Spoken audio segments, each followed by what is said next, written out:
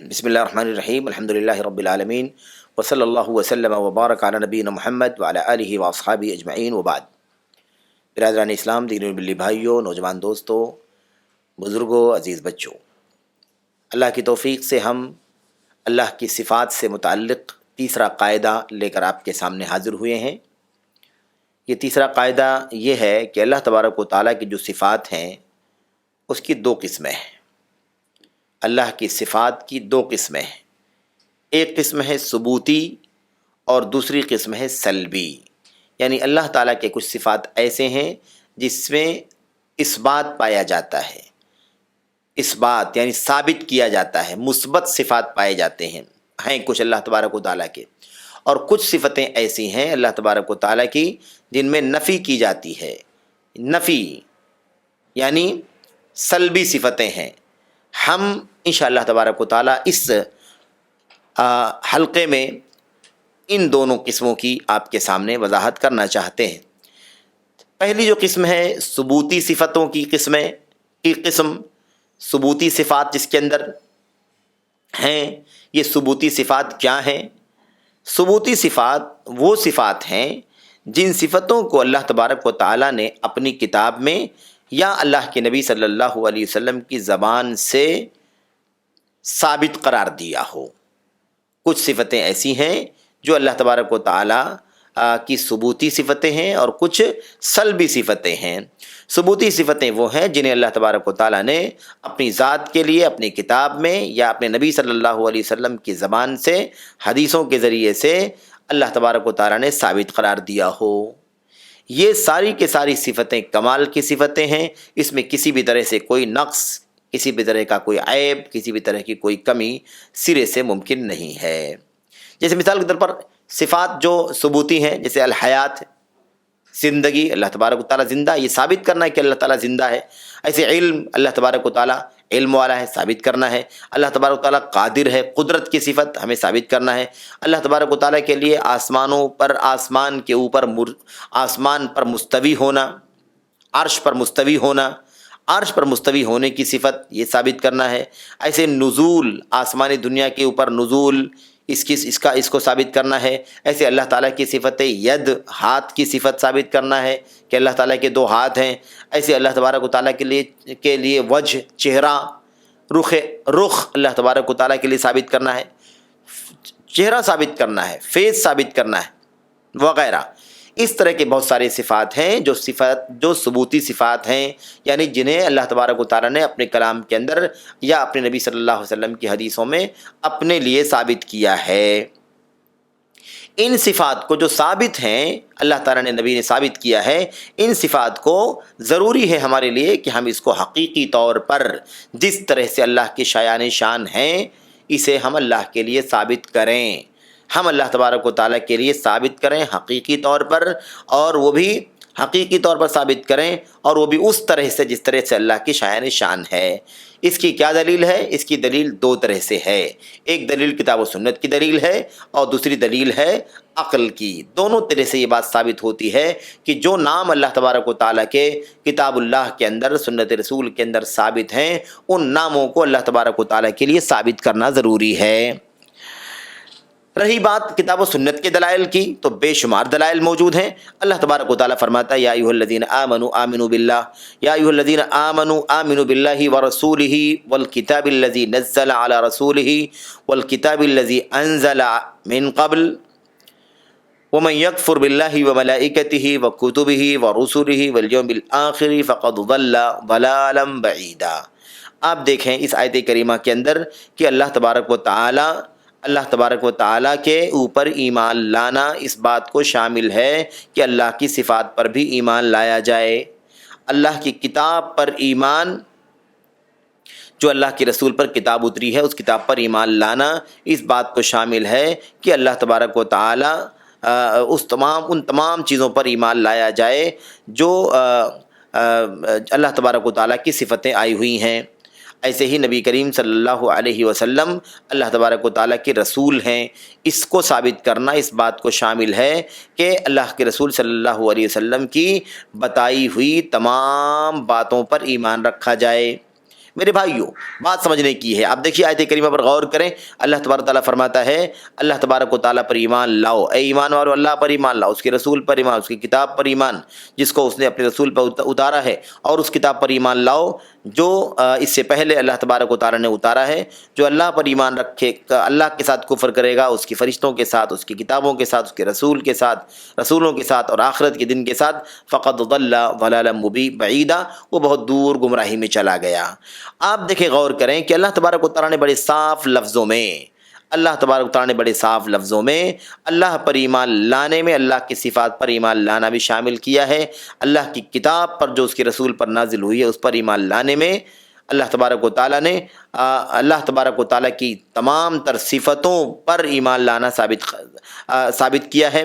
اور ایسے ہی نبی کریم صلی اللہ علیہ وسلم اللہ کے رسول ہیں، اس پر ایمان لانا اس بات کو شامل ہے کہ اللہ تبارک و تعالیٰ جو اپنے رسول کو بھیجنے والا ہے، اس بھیجنے والے کی جانب سے، اللہ تبارک و تعالیٰ کی جانب سے جو کچھ بھی وہ خبر دیں، جو کچھ بھی اس کے رسول بتائیں، ان سب پر ایمان لایا جائے. یہ اس بات کی دلیل ہے کہ جو کچھ بھی اللہ تبارک و تعالیٰ نے اپنی کتاب میں نبی کریم صلی اللہ علیہ وسلم کے ذریعے سے آپ کی سنت میں جو کچھ بھی ثابت کیا ہے وہ سب ثابت کرنا ضروری ہے، عقلی طور پر یہ دوسری دلیل ہے. عقل کی بنیاد پر بھی یہ بات بہت ہی زیادہ ثابت ہوتی ہے، معقول ہے. وہ کیا چیز ثابت ہوتی ہے؟ یہی کہ اللہ تبارک و تعالیٰ کے جو ثبوتی صفات ہیں ان صفات کو اللہ تبارک و تعالیٰ کے لیے ثابت کرنا واجب اور ضروری ہے. عقلی طور پر اس کی دلیل کیا ہے؟ کہتے ہیں اس کی دلیل یہ ہے کہ اللہ تبارک و تعالیٰ نے اپنی ذات کے بارے میں ان صفات کے ذریعے سے خبر دی ہے کہ اللہ تبارک و تعالیٰ کی یہ صفت ہے، اللہ تبارک و تعالیٰ کی یہ صفت ہے، ثابت کیا اللہ تبارک و تعالیٰ نے. اللہ تبارک و تعالیٰ ان صفات کے بارے میں دوسروں سے کہیں زیادہ جانتا ہے، اور اللہ تبارک و تعالیٰ حد درجہ سچا ہے.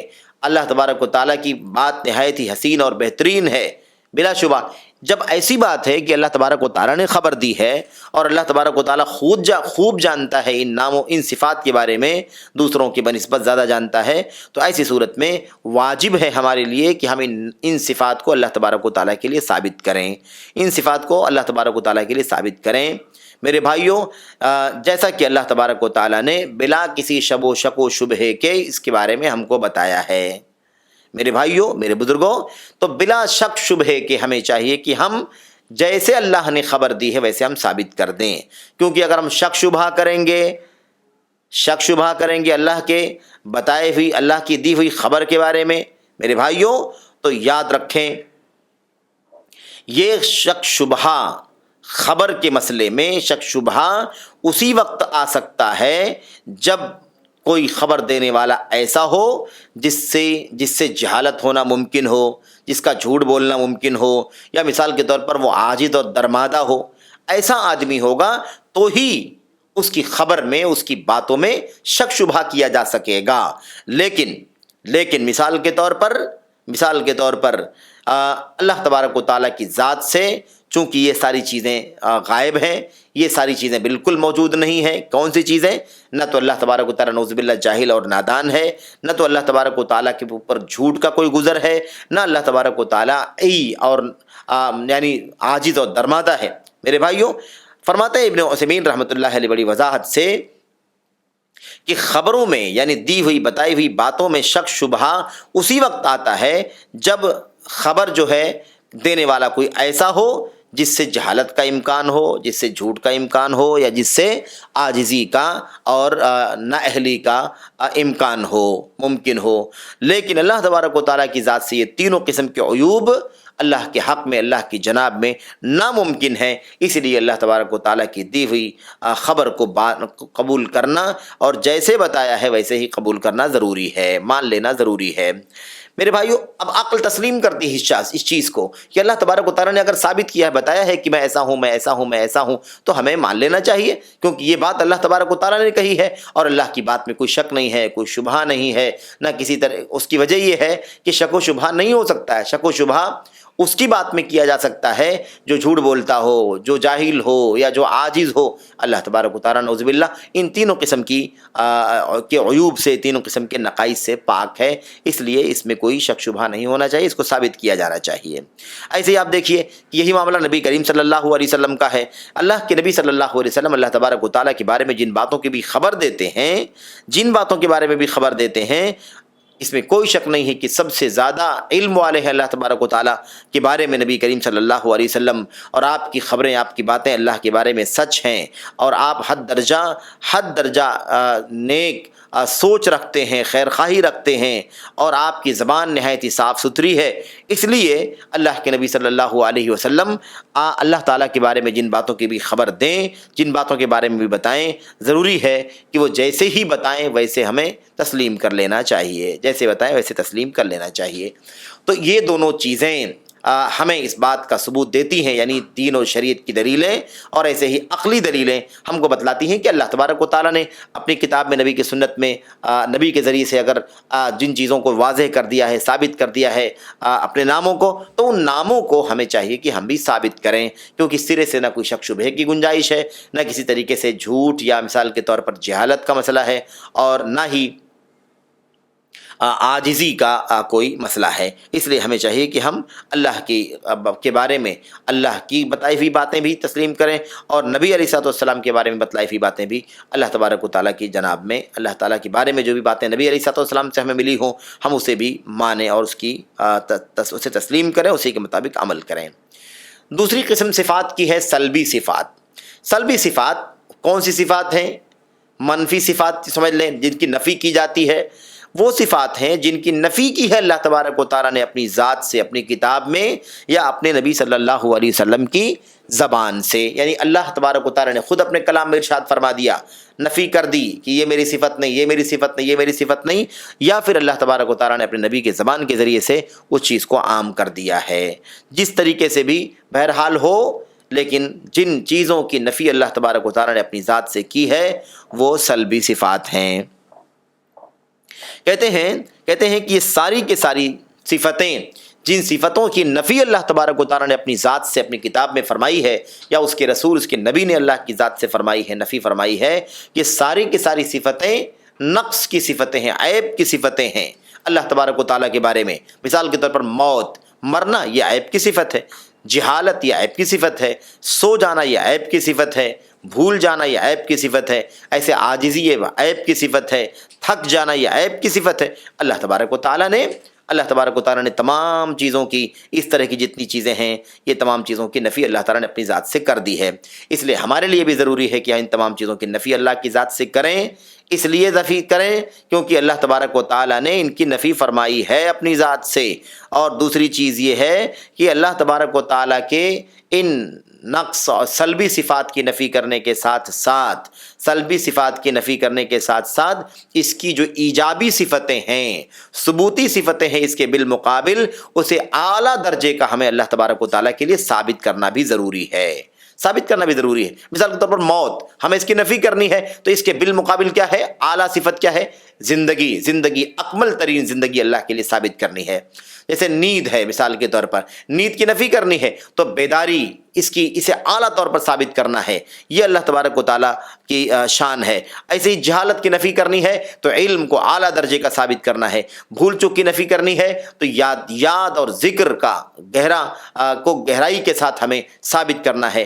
ایسے عاجزی کی نفی کرنی ہے تو علم اور ارادے کو ثابت کرنا ہے۔ ایسی تھکان کی نفی کرنی ہے مثال کے طور پر تو اللہ تبارک و تعالیٰ کے نہ تھکنے، اللہ تبارک و تعالیٰ کے چست اور چاق ہونے، اللہ تبارک و تعالیٰ کے ہمیشہ کسی کام میں ہونے کا ہمیں اس بات کرنا بھی ضروری ہے۔ تو بہرحال نفی اس لیے کی جائے گی اللہ تبارک و تعالیٰ کی ذات سے کیونکہ وہ اللہ تبارک و تعالیٰ کی ذات کے لائق نہیں ہے، اور اس کے بالعکس، اس کے برخلاف اللہ تبارک و تعالیٰ کے لیے اس کی ضد ثابت ہے۔ اس لیے میرے بھائیوں دونوں چیزیں ہونی چاہیے، سلبی صفات کی نفی بھی کرنی ہے اور اسی کے بالمقابل جو ایجابی چیزیں اس کو ثابت بھی کرنا ہے۔ کیوں؟ اس لیے کہ صرف نفی اگر کر دیں گے تو کمال نہیں ہوگا، کمال اس وقت تک نہیں ثابت ہو سکتا ہے جب تک کہ نفی نہ کی جائے، اور نفی کرنے کی صورت میں جو چیزیں نفی کی گئی ہیں جن چیزوں کی، ان کی ضد کو ہمیں ثابت کرنا ضروری ہے، تب جا کر کے اللہ تبارک و تعالیٰ کے کمال پر دلالت کرے گا۔ اس کی وجہ یہ ہے کہ کسی چیز کی نفی کر دینا یہ عدم ہے، کسی چیز کی نفی کرنا یہ عدم ہے، اور عدم جو ہے یہ کوئی چیز ہی نہیں ہے، چاہے جائے کہ فضیلت ہو، وہ کمال ہو، کیسے ہو سکتا ہے؟ اس لیے میرے بھائیوں، نفی کر دینا کافی نہیں ہے، بلکہ نفی کرنے کے ساتھ ساتھ اس کی جو ضد ہے اسے ثابت کرنا بھی ضروری ہے، تاکہ اللہ تبارک و تعالیٰ کے لیے کما حق کہو کمال بن کر کے کی صفات جو ہے وہ کمال کے درجے کی ثابت ہوں۔ میرے بھائیوں، جیسے اگر ایسا ہم نہیں کریں گے، اس وجہ سے بھی نفی کرنا کافی نہیں ہے، کیونکہ نفی کبھی کبھی اس وجہ سے ہوتی ہے کہ وہ جگہ جہاں نفی کی جا رہی ہے وہ اس کے قابل نہیں ہے، وہ جگہ ہی قابل نہیں، اس لیے نفی کرنی پڑ رہی ہے، اس لیے اسے وہ کمال نہیں ہو سکتا ہے۔ مثال کے طور پر اگر کوئی کہے کہ دیوار ظلم نہیں کرتی ہے، ظاہر سی بات ہے کہ دیوار کے ذریعے سے ظلم ہونا یہ جگہ ہے ہی نہیں، دیوار کیسے ظلم کر سکتی ہے؟ دیوار سے ظلم کا کیا تعلق ہے؟ میرے بھائیوں، اس لیے یہ کہنا بیکار ہے۔ اس لیے اگر کوئی کہے کہ دیوار ظلم نہیں کرتی ہے تو یہ کمال نہیں ہے۔ کمال یہ ہے کہ دیوار کے لیے یہ بات استعمال کی نہیں جا سکتی ہے، اس کی وجہ یہ ہے کہ یہ محل ہی، یہ جگہ ہی اس قابل نہیں ہے، ظلم کرنے کا کام یہ دیوار نہیں کر سکتی ہے، یہ ہے۔ ایسے ہی آپ دیکھیں کہ بسا اوقات اس لیے بھی نفی کرنا کافی نہیں ہے، کیونکہ بسا اوقات جو ہے وہ کوئی کام کرنے سے ناکامی، کسی کام کرنے سے عاجزی کی بنیاد پر بھی ہوتا ہے، یعنی عاجزی جو ہوتی ہے اس عاجزی کی بنیاد پر کوئی آدمی کام نہیں کر پاتا ہے۔ تو اب سوال یہ پیدا ہوتا ہے کہ اگر ہم نفی کریں گے تو نفی کرنا کافی نہیں ہے، کیونکہ ہو سکتا ہے کہ عاجز ہے اس لیے اس کی نفی کرنی پڑ رہی ہے کہ وہ کام کر نہیں پا رہا ہے، جبکہ اللہ تبارک و تعالیٰ کے یہاں عاجزی نہیں ہے، بلکہ جس چیز کی نفی کرنی ہے اس کے بالعکس کا ہمیں اس بات کرنا ہے۔ یہ دونوں چیزیں ضروری ہیں۔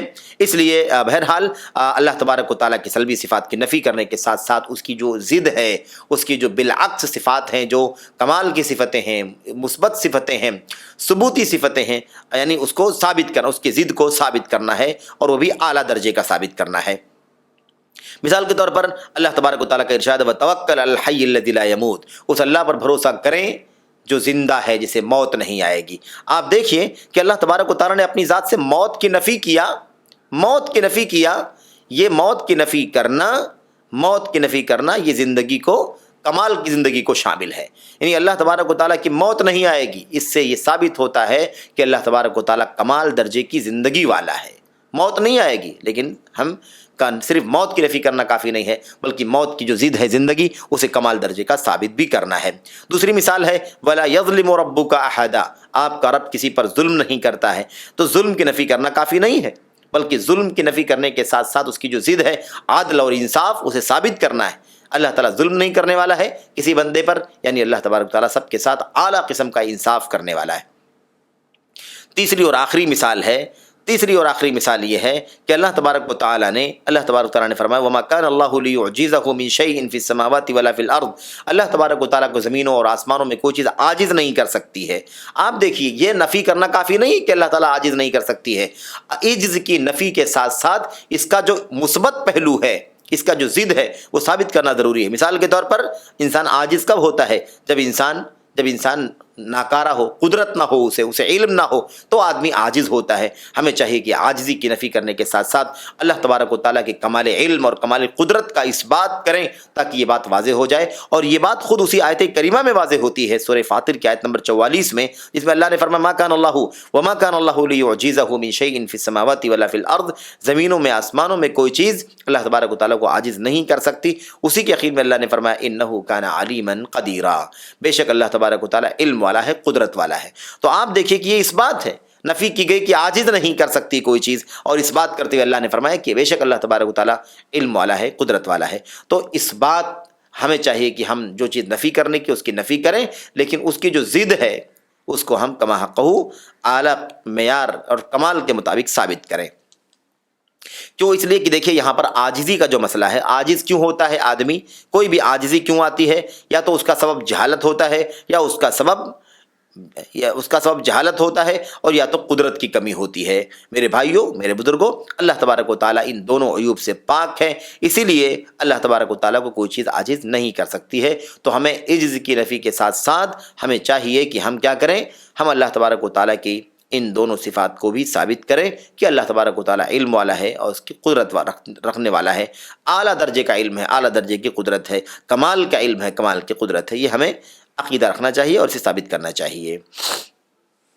اس لیے میرے بھائیوں، اس سے بھی معلوم پڑتا ہے، اس مثال سے بھی معلوم پڑتا ہے کہ جو سلبی صفتیں ہیں بسا اوقات اس کے اندر ایک سے زیادہ کمال پایا جاتا ہے۔ آپ دیکھیں یہاں عاجزی کی نفی کی گئی ہے لیکن کمال دو پایا جا رہا ہے، ایک علم کا کمال ہے اور ایک قدرت و طاقت کا کمال ہے۔ میرے بھائیوں، میرے بزرگوں، یہ چند باتیں تھیں۔ اس تیسرے قاعدے سے متعلق دعا کرتے ہیں کہ اللہ تبارک و تعالی ہمیں اور آپ کو اللہ کے صفات سے متعلق ان عظیم قواعد کو سمجھنے کی توفیق عطا فرمائے، اور اللہ عز و جل ہمیں اسی کے مطابق اللہ کی اسماء و صفات کو برتنے کی توفیق عطا فرمائے، ایمان رکھنے کی توفیق عطا فرمائے۔ آمین رب العالمین۔ وصلی اللہ وسلم وبارک علی نبینا محمد وعلی آلہ واصحابہ اجمعین۔ والسلام علیکم ورحمۃ اللہ وبرکاتہ۔